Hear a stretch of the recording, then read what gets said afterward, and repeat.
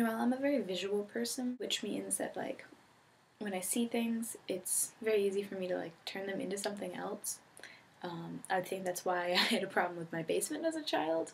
I would see shadows and think they were other monsters. The problem with being a visual person nowadays is when I try to make things. I can see something in my head really easily, but I don't normally have the ability or the talent to create it. A good example of this would be when over break I decided I wanted to make a dress, and I went to Joann Fabrics with my mom, and within 2 seconds of stepping into the store I saw this gorgeous fabric and I immediately thought of a perfect dress to go with this fabric, and so I rushed over to the pattern section and they didn't have anything close to the pattern there, and it was just the most disheartening thing I've ever done. So I've decided that Joann Fabrics should have 2 different entrances. One that goes to the patterns first so that people like me don't have to go through the agony of creating the idea in their head and not being able to fulfill that. Because I couldn't pick anything else that day because I was so sad about not being able to make the dress in my head. Whereas on the other hand, they could have the normal entrance for people who aren't as awesome as me, and they can go through and they can see the fabrics and just not immediately become enthralled.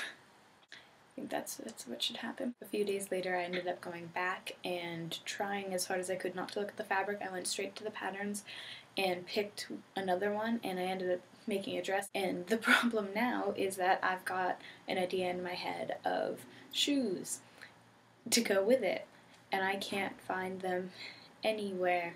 I'm so mad at myself because there's no way I'm wearing that dress without the appropriate shoes. The whole idea in my head would just be incomplete. It's like creating a painting or a drawing or something and selling it before you're finished. In other news, I'm thinking about becoming an RA next year. I'm not sure.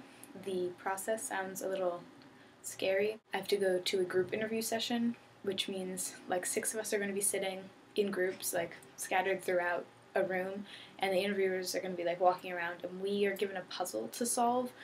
I'm not really sure what the puzzle is going to be. I would guess it would be like an RA puzzle. The problem with this is that I don't work well with other people in groups.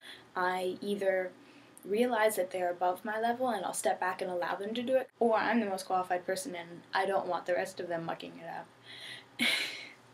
Which is really a horrible thing for me to say. But, you know, studies have now proven that I'm basically right. There was that whole thing about how your IQ, like group IQ, is lower than individual IQ.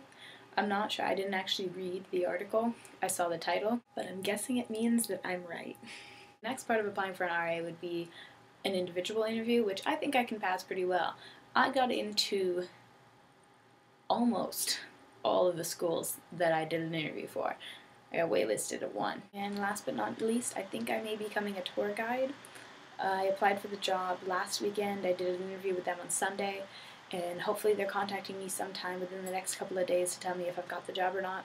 If I do get the job, I get a fleece, which I'm really excited about. I like getting free stuff a lot.